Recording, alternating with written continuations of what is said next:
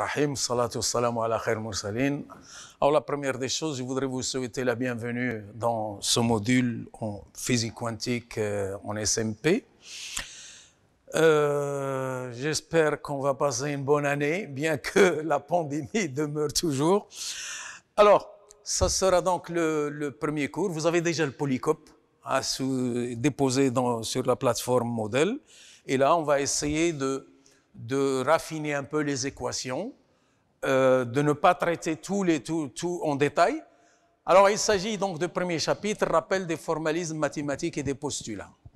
Alors, le rappel des formalismes mathématiques, en principe, donc, c'est un rappel. Qui dit rappel, ça veut dire que vous l'avez déjà fait en S4, en principe. Bien. Alors, la première des choses, c'est, pour un physicien, l'esprit d'un physicien, c'est en trois étapes. D'abord, observer et comprendre les phénomènes physiques. Ça, c'est la première étape. La deuxième étape, ce que nous avons compris, on le met sous forme d'équations.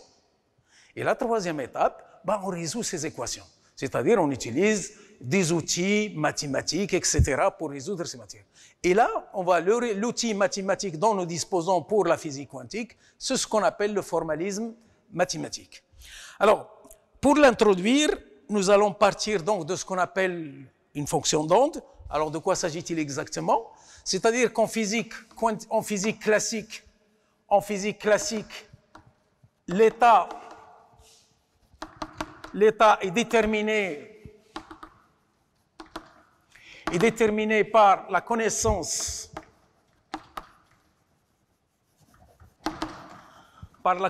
des grandeurs de la vitesse et de la position.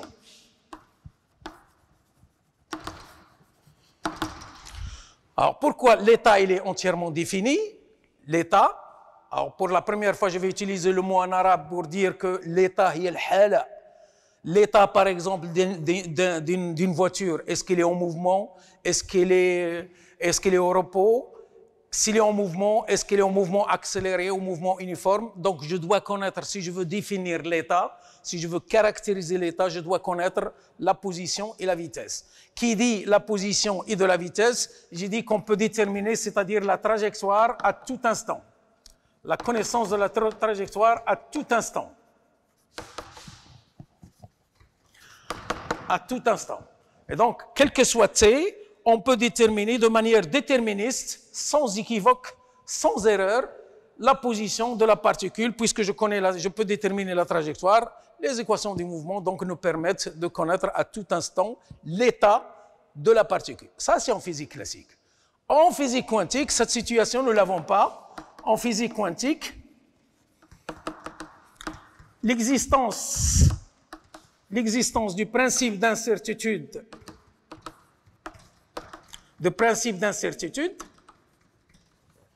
par exemple, delta X, delta P de l'ordre de H bar, eh bien, cette situation, donc, si le delta, je vous rappelle que delta, c'est l'incertitude, c'est l'erreur. Alors, les deux erreurs, ils sont reliés par cette équation, ce qu'on appelle le principe d'incertitude d'Heisenberg. Si on connaît exactement la vitesse, c'est-à-dire avec précision, dans ce cas, il n'y a pas d'erreur, ça veut dire que delta est égal à 0. Si delta P est égal à 0, ça veut dire que delta X est infini. Si delta X est infini, ça veut dire que je ne peux pas connaître la position de la particule. On ne peut parler qu'en termes de probabilité. Donc, on n'est plus déterministe. C'est interdit, la notion, implique abandon de la notion de trajectoire.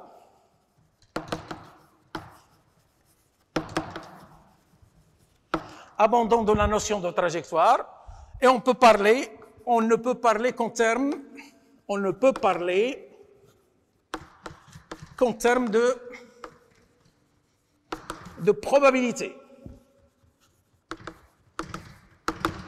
Qu'en termes de probabilité. Ça, c'est donc la première des choses. C'est qu'en physique quantique, donc, on ne peut pas savoir où est-ce qu'il va se trouver la particule. à cause donc du principe d'incertitude d'Heisenberg.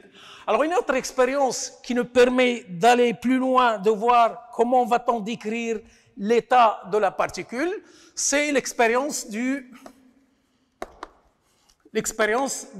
trous de Young ou des fentes de Young. Alors de quoi s'agit-il? Ça veut dire que vous avez un écran, on le perce de deux trous. Ici c'est un écran d'observation, et on met ici une source de lumière. Une source de lumière qui diffuse de la lumière partout dans l'espace. Certaines lumières vont passer à travers les deux fentes F1 et F2.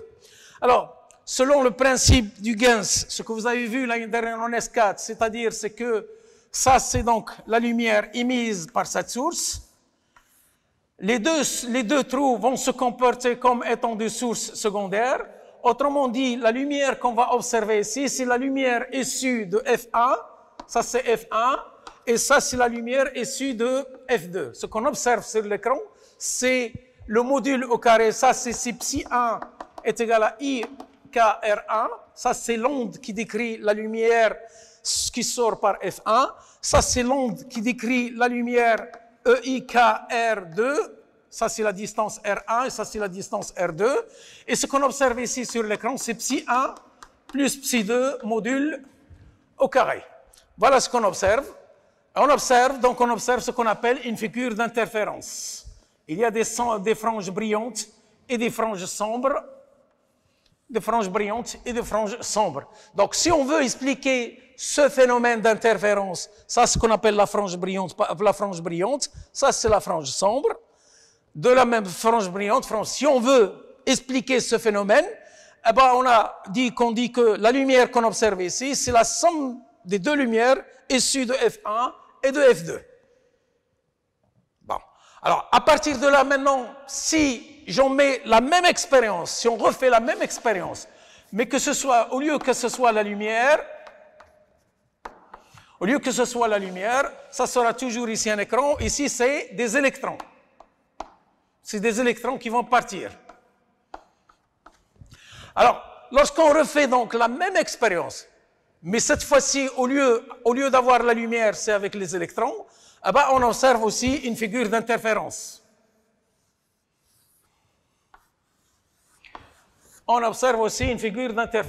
Cela veut dire tout simplement, si on observe cette figure d'interférence, ben, ça veut dire que c'est une onde issue de F1, ça c'est psi 1, et ça c'est une onde qui est psi 2, et ce qu'on observe c'est psi 1 plus psi 2 module au carré. C'est exactement la même situation, et ça on le sait d'abord parce que la lumière est là, c'est une onde, mais elle a le caractère corpusculaire, c'est ce qui a permis d'expliquer l'effet photoélectrique et l'effet Compton. L'onde, d'après, c'est ce qu'on appelle la dualité onde-corpuscule, c'est-à-dire que la lumière, c'était une onde électromagnétique et elle est aussi constituée de corpuscules qu'on appelle le photon. Les particules, ce sont des corpuscules, mais on peut leur associer une onde, psi 1 ici, psi 2, et ce qu'on observe, c'est psi 1 plus psi 2. Donc, pour décrire l'état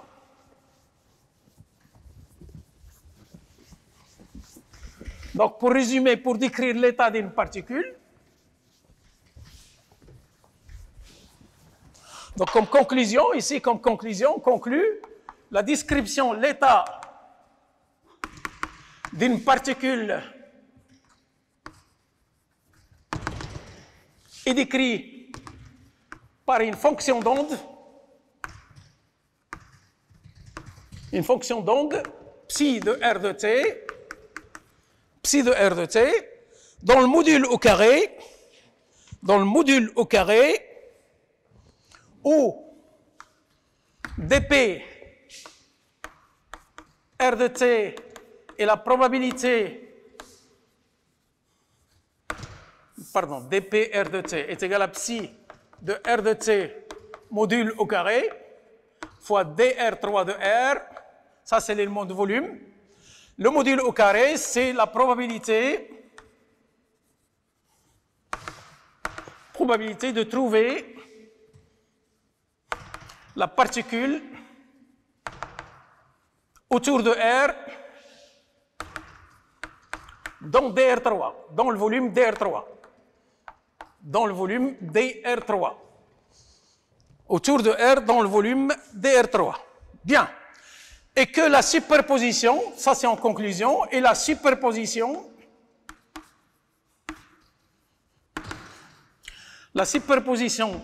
de deux ondes, des ondes, est une onde possible. La superposition de des fonctions d'onde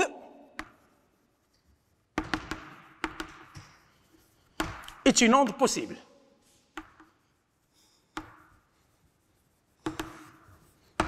Est une onde possible. Voilà sur quoi il repose l'appareil mathématique ou le formalisme mathématique. Il repose donc sur le fait que la fonction d'onde, ce qui décrit l'état du système, c'est une fonction d'onde. Cette fonction d'onde n'a aucune signification physique. Celui qui a la signification physique, c'est le module au carré. Et le module au carré, une fois DR3, il représente donc la probabilité. Et que la superposition, je vous rappelle qu'est-ce que c'est que la superposition, parce que ce qu'on observe là-bas, c'est psi 1 plus psi 2. Superposition, c'est on rajoute, ça nous permet de rajouter les fonctions d'onde. Bien. Alors la première remarque ici, à ce stade, la première remarque, c'est que lorsque vous avez une particule, elle est décrite par une fonction d'onde. La probabilité totale sur tout l'espace, de trouver la particule à l'instant t, à quoi est ça? On est sûr de trouver la particule puisqu'elle existe. Elle est quelque part dans l'espace. Donc si j'intègre sur la probabilité totale, ben cette probabilité est égale à 1, implique psi et de carré, la fonction d'onde est de carré sommable.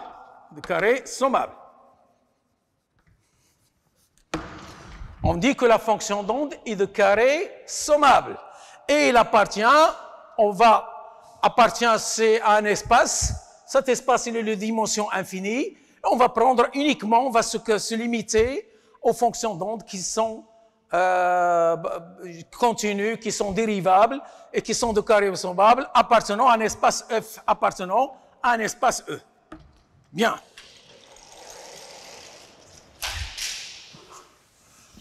Avec ça, donc, on sait déjà que l'état du système est décrit par une fonction d'onde et cette fonction d'onde doit être de carré sommable parce que la particule, elle existe dans l'espace quelque part. Bon, bien. Alors, maintenant, premièrement, structure de E. Structure de l'espace E.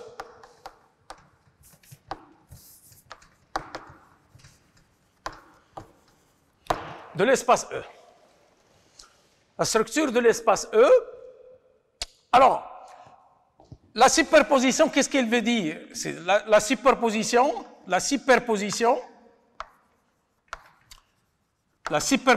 ça veut dire quoi? Implique que vous avez psi 1 appartenant à F, appartenant à E, et psi 2 appartenant à E, implique ben, lambda 1 psi 1 plus lambda 2 psi 2 appartiennent à E. Et ça veut dire que E, systématiquement, ça implique que E est un espace vectoriel.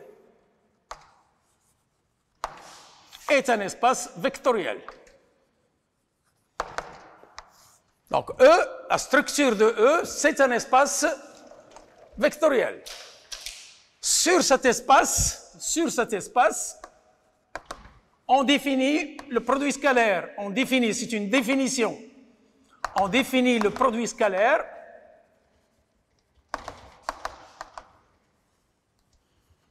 de deux fonctions, de deux éléments, de deux fonctions f, psi et psi, par, c'est une définition, par le produit scalaire phi fois psi, c'est l'intégrale sur tout l'espace, sur la variable spatiale. Le premier élément, on le prend en complexe conjugué, et le deuxième, on le laisse tranquille. Voilà, donc ça c'est une définition. Ça c'est définition du produit scalaire de deux fonctions. c'est un espace. On est en train de voir comment manipuler ces fonctions dans cet espace. Alors, la première des choses, donc, on définit le produit scalaire. Une fois que nous avons cette définition, nous pouvons voir les propriétés suivantes. Par exemple, alors les propriétés.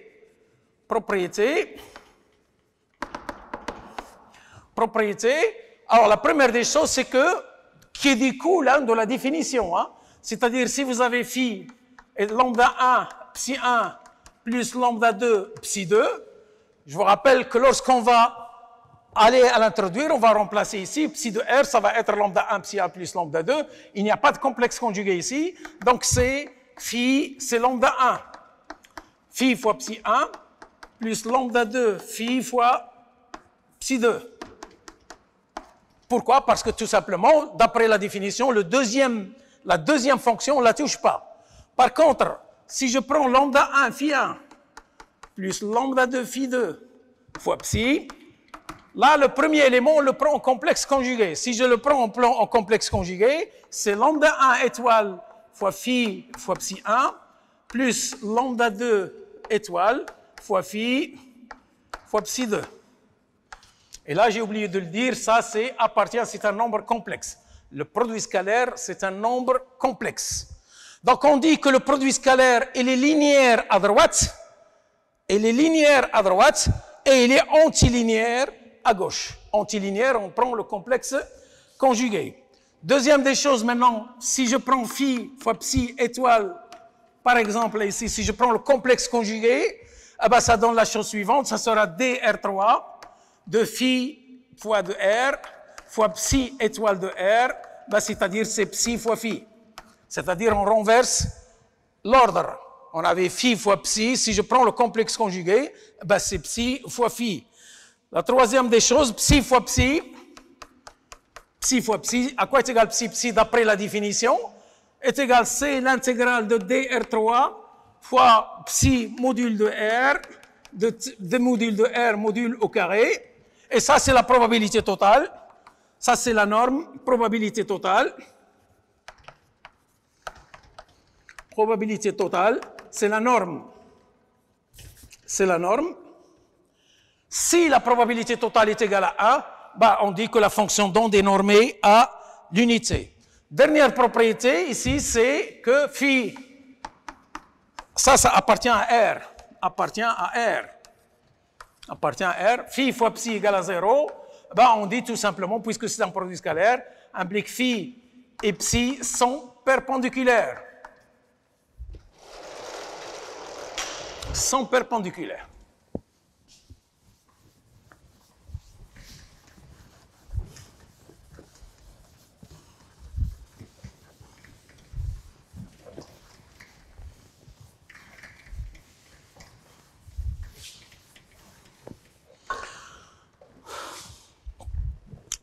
Psi et donc sont perpendiculaires.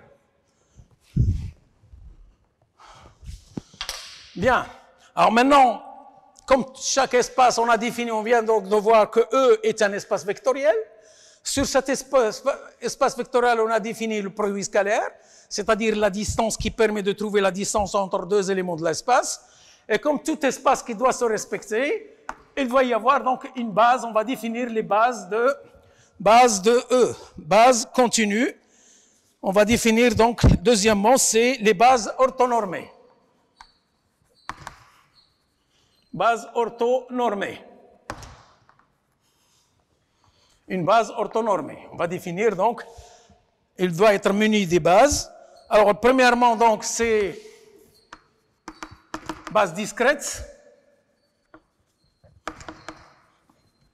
Et par opposition, le 2,2, ça sera la base continue. Alors, qu'est-ce que c'est qu'une base? Quand on dit un élément, un ensemble UI, forme une base. Alors, un ensemble I, il varie de manière discrète, c'est de 1, 2, 3, 4, 5, etc. Alors, un ensemble d'éléments UIR, d'abord, est orthonormé si est. Premièrement, orthonormé. Qu'est-ce que ça veut dire orthonormé? orthonormé, ça veut dire que si je prends deux éléments de l'espace, s'ils sont différents et sont orthogonaux, si c'est le même, ben la norme est égale à 1. Ça veut dire que le produit scalaire, si je prends UI, scalaire UJ, si je prends le produit scalaire, ortho, ça veut dire orthogonal, s'ils sont différents, donc c'est égal à 0. Ça, c'est égal, d'après la définition, c'est DR3 UI étoile R fois UJR, et ceci est égal à delta IJ. Ça, c'est égal à 1 si I égale à J, égale à 0 si I est différent de J. Si I est différent de J. Voilà qu'est-ce que ça veut dire la relation d'orthonormalisation. Ça, c'est ortho, le mot ortho, c'est orthogonal. Normalisation, c'est normé à l'unité, c'est-à-dire que le produit scalaire est égal à 1. Bien. Alors, maintenant, ça c'est orthonormé. Maintenant, forme une base. Cet ensemble forme une base, est une base. Base, si, pour psi appartenant à E, implique psi, il peut se développer de manière unique, somme sur CI fois UIR. C'est-à-dire, si le UI forme une base, ah ben, ça veut dire que je peux écrire un élément de l'espace de manière unique sur cet élément de base. Je voudrais juste vous rappeler ici, à ce niveau, il ne faut pas croire qu'on connaît déjà cette situation. Lorsque vous avez, par exemple, dans l'espace R3 dans lequel on vit, vous avez I, vous avez J ici, vous avez K ici, vous avez un point M ici, ben, le vecteur, et ça c'est O. Alors OM, c'est quoi OM? C'est XI plus YJ plus ZK. C'est exactement la même situation. Les X et les Y et les Z, c'est ce qu'on appelle les coordonnées, ou bien les composantes. I, J, K, c'était la base. Par exemple, X ici, à quoi est égal? Ben, X, c'est le produit scalaire de I fois OM. C'est la projection du vecteur OM. Je vous rappelle que le produit scalaire, c'est la projection. Le produit scalaire, c'est la projection. Donc, X ici, c'est I scalaire OM, Y, c'est Y scalaire OM, et Z, c'est K scalaire OM. On a exactement la même situation. Hein? XI, c'est-à-dire, on dit que I, J, K forment une base, c'est-à-dire que je peux développer un élément de l'espace, c'est-à-dire un point M, sous la forme XI plus YI plus ZK. Pour un autre point, il y aura d'autres composantes. Bien, donc c'est exactement la même situation où CI, bah, c'est UI scalaire psi. C'est la projection du produit scalaire. En effet, hein, pour ce dernier, en effet, par exemple, vous voulez voir, alors en effet, CJ, par exemple, à quoi est égal CJ? C'est UJ, IJ, par exemple, à quoi est égal UJ? UJ fois psi. UJ fois psi, c'est DR3, UJR étoile de R fois psi de R. Alors, on peut y aller, hein, on va l'écrire, hein, ça il faut y aller avec les calculs. C'est DR3, UJ étoile de R, fois somme sur I, CI, fois UIR. Fois UIR. Ça, c'est une somme continue, ça, c'est une somme discrète. Je peux faire sommer d'abord discret et ensuite continu, ou l'inverse, c'est la même chose. C'est-à-dire, c'est somme sur I, CI, l'intégrale de DR3, CI. Alors, bon, c'est CI ici, somme sur I, CI, alors CI, l'intégrale de UJ, DR3, UJ étoile R fois UIR. Et ça, c'est exactement, ça, c'est ce que nous avons dit. Ça, c'est donc somme sur I, CI, delta, IJ. Ah, vous l'avez encore devant vous au tableau, c'est delta IJ, et ça est égal à CJ. Voilà, donc, c'est les composés, c'est exactement la même situation que ce que nous avons dans l'espace R3. Bien. Alors, pour en terminer,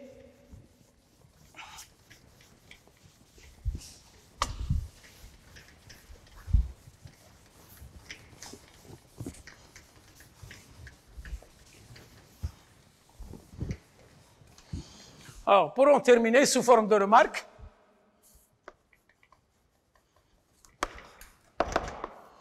relation de fermeture.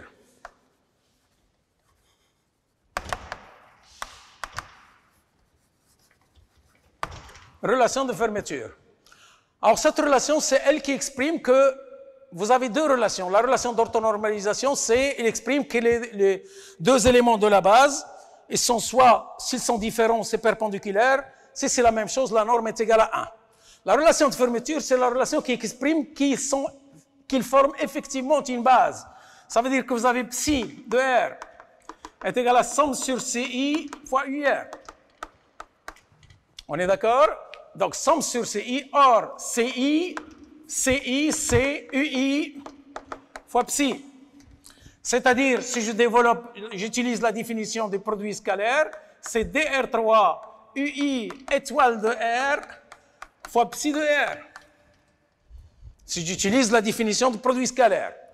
R, sur la variable sur laquelle on intègre, c'est une variable muette. On peut la changer, ça ne change pas le résultat. Je peux mettre ici R', et ça donne la chose suivante, donc c'est somme sur I, CI, l'intégrale de DR3' fois UI fois psi de R', UI étoile de R' fois UIR fois UIR. La même chose, je peux faire intervenir les signes somme, c'est-à-dire somme et continu, ensuite discret, ou faire l'inverse exactement pareil. Alors, c'est somme sur I, c'est DR3 de R', psi de R', fois somme sur I, UI, R' fois UIR. Bien, alors on termine donc ce petit calcul. On va intervenir donc le signe somme et le signe continu et le signe somme discret. Ça donne donc l'intégrale de DR3', UI psi de R' fois somme sur I, UI étoile de R' fois UIR. Donc on constate donc que psi de R est égal à l'intégrale de DR3' fois psi R de R' fois cette relation. Or d'après les propriétés de la fonction delta de Dirac, delta de Dirac,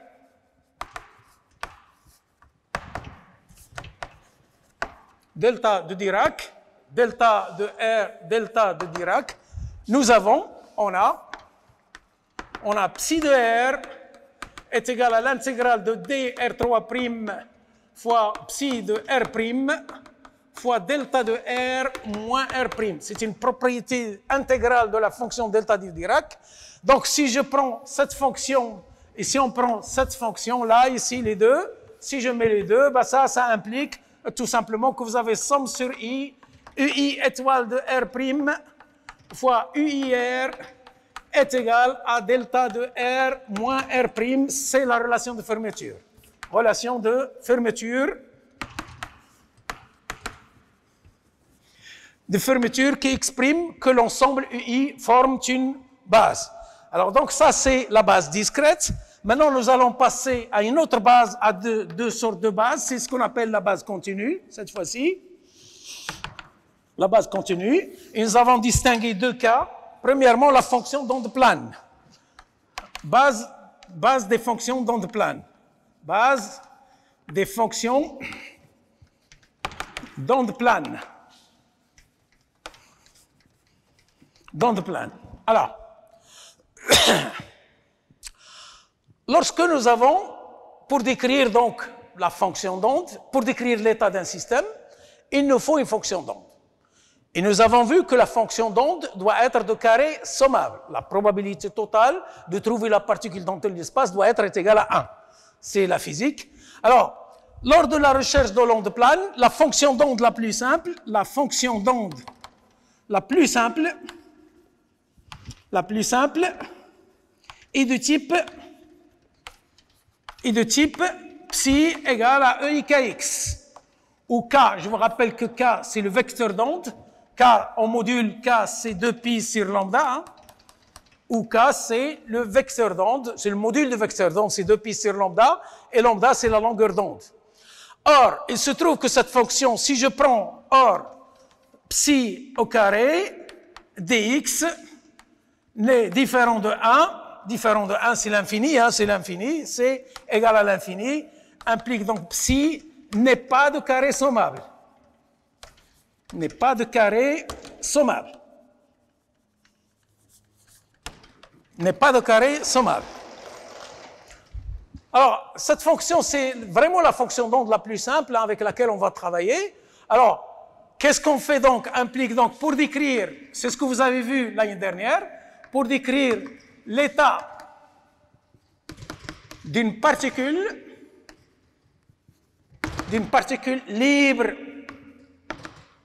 libre, on utilise ce qu'on appelle un paquet d'ondes. On utilise un paquet d'ondes.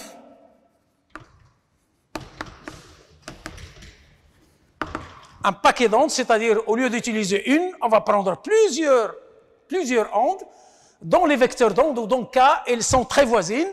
Et donc on va prendre ici psi de x est égal à l'intégrale sur dk. L'intégrale sur dk exponentielle, donc ici l'intégrale sur dk, g de k exponentielle EIKX. Ça c'est donc la fonction d'onde la plus simple. Avec un facteur de coefficient, ici c'est avec 1 sur racine de 2pi, un facteur de normalisation. Alors donc, on fait G de K, c'est le coefficient de pondération pour chaque onde. Pour chaque onde, il y a un coefficient de pondération. Et on intègre, c'est-à-dire on fait la somme sur plusieurs fonctions d'onde, et c'est ce qu'on appelle un paquet. Hein, un paquet où il y a plusieurs choses. Ça, c'est un paquet d'ondes, c'est pas un autre paquet. Alors, comme P égale H bar K, alors je vous rappelle que d'après de Broglie, vous avez à toute particule, on associe une longueur d'onde lambda est égal à H sur P, où H c'est la constante de Planck, et P c'est l'impulsion, implique donc P est égal donc à H sur lambda, est égal à 2pi, est égal à H bar fois 2pi sur lambda, et donc est égal à H bar K. Alors comme P est égal à H bar K,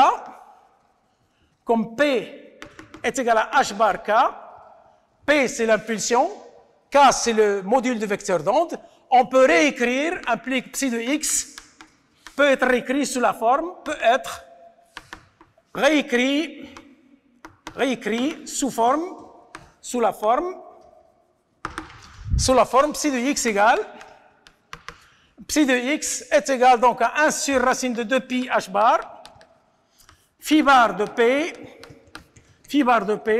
Vp de x, dp ou Vp de x est égal à 1 sur racine de 2pi h bar exponentielle Ipx sur h bar. Sur h bar. Bien.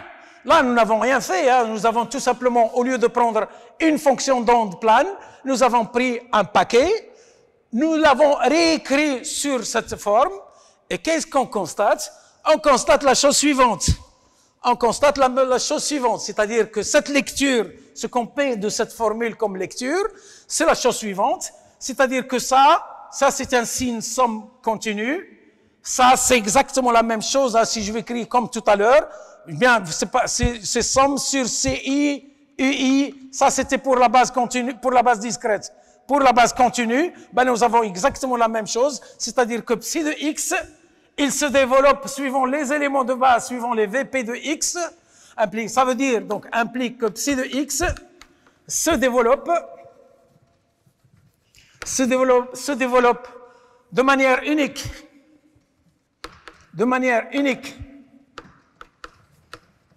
Sur les éléments, sur les Vp de x, implique donc les Vp de x forment une base. Les Vp de x forment une base. c'est une base, et les fibres ou les coefficients, ou les composantes ou les coordonnées sont données par analogie, avec la base précédente. C'est exactement la même chose que les coefficients. Phi bar de P est égal, donc ça sera tout simplement, c'est le produit scalaire de Vp fois psi. C'est exactement la même chose que tout à l'heure. C'est exactement le CI, c'était UI fois psi, le produit scalaire. Si j'explicite ce produit scalaire, c'est donc l'intégrale de Vp dr3, Vp étoile de x fois psi de x. Ça, j'utilise uniquement la définition de produit scalaire. Et ça, qu'est-ce que ça veut dire tout simplement maintenant, si je le développe, c'est 1 sur 2 pi h bar fois, c'est tout simplement dr3 exponentielle moins ipx sur h bar, un moins puisqu'il y a un complexe conjugué, fois psi de x. Et tout simplement, ça, c'est le transformé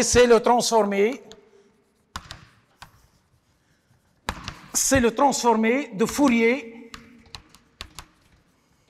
de phi de x. Alors, donc, phi bar de P et phi de x sont transformés de Fourier l'une de l'autre. Alors, puisque c'est une base, il y a aussi la relation d'orthonormalisation. La relation d'orthonormalisation, c'est, on considère donc le produit scalaire entre deux éléments de la base, et il y a la relation de fermeture qui exprime que les Vp forment effectivement une base. Alors, la relation d'orthonormalisation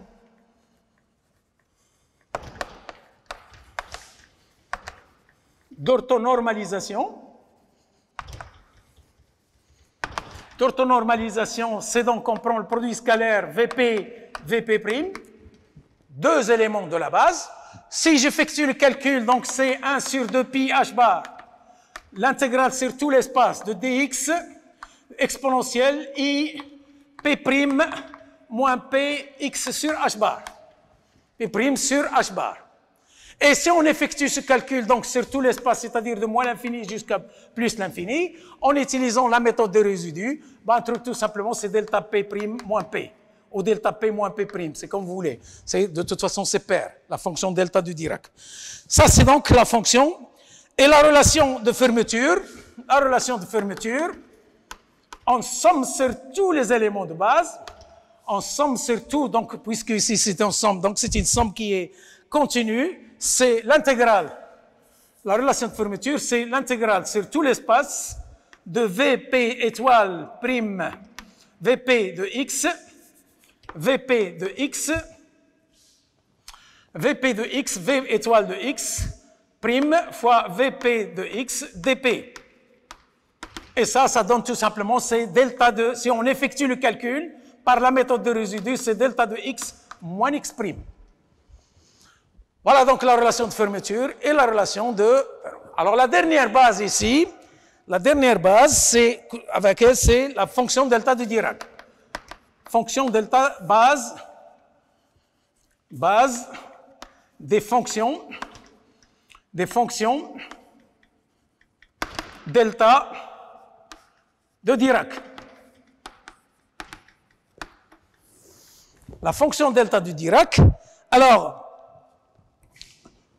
la propriété de la fonction delta de Dirac, on a par définition ou par propriété de la fonction delta, on a psi de R est égal à l'intégrale de dr3'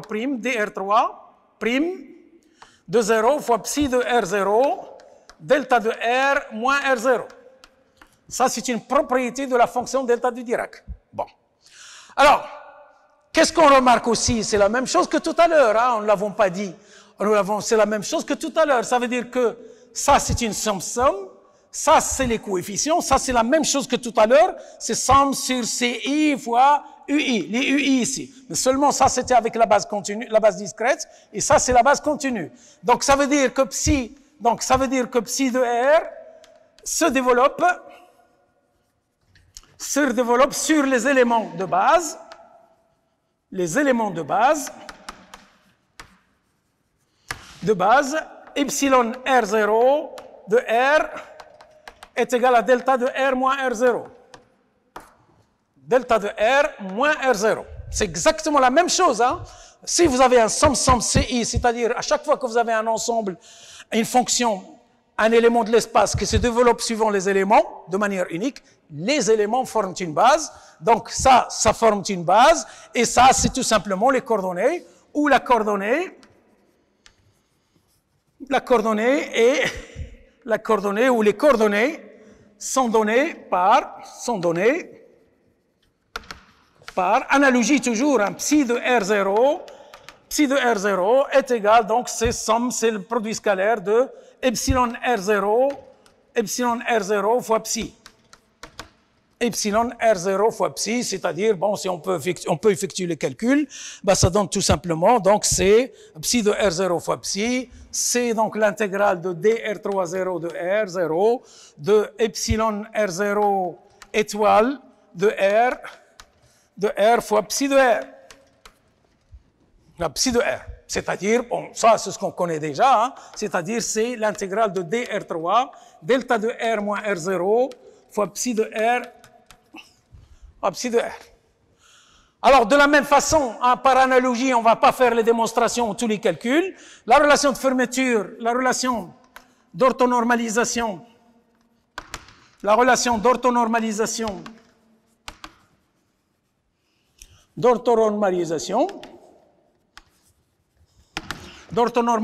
c'est-à-dire on prend le produit scalaire entre deux éléments de base R'0 et epsilon R'0, deux éléments. Et si on effectue le calcul, bah, c'est donc l'intégrale de dR3 de epsilon R0 R étoile fois epsilon R0 de R'0 de R, et ça donne delta de R0 moins R'0, si on effectue tous les calculs. La relation de fermeture, c'est l'intégrale sur tous les éléments sur dR0 de epsilon R0 de R, epsilon R0 de R', et bien ça donne delta de R0 moins R'. Delta de R0 moins R'0. Delta de R' de R0, R' ici. Delta de R moins R'. Voilà donc, pour résumer ce cours, on dit tout simplement donc, le formalisme mathématique, il est basé sur le fait que l'état il est décrit par une fonction d'onde. C'est le module au carré qui a une signification physique, c'est la probabilité ou la densité de probabilité. Et ensuite, nous avons imposé, pour expliquer le phénomène d'interférence, on a imposé le fait qu'on observe psi1 plus psi2, c'est-à-dire que les fonctions d'onde peuvent être linéairement superposables. À partir de là, donc du fait de la physique, hein, ça veut dire que ce qu'on observe, c'est le module au carré, c'est la probabilité. Et ensuite, le principe de superposition, nous avons déduit que ces fonctions d'onde doivent être d'abord de carré sommable, que la structure de l'espace auquel ils appartiennent, c'est tout simplement un espace vectoriel sur lequel nous avons défini le produit scalaire, et cet espace vectoriel, nous l'avons muni, là, à ce stade, nous l'avons muni de trois bases, la base discrète, la base des ondes planes et la base des fonctions delta du Dirac. Voilà, je vous remercie. Et à la séance prochaine, Inch'Allah.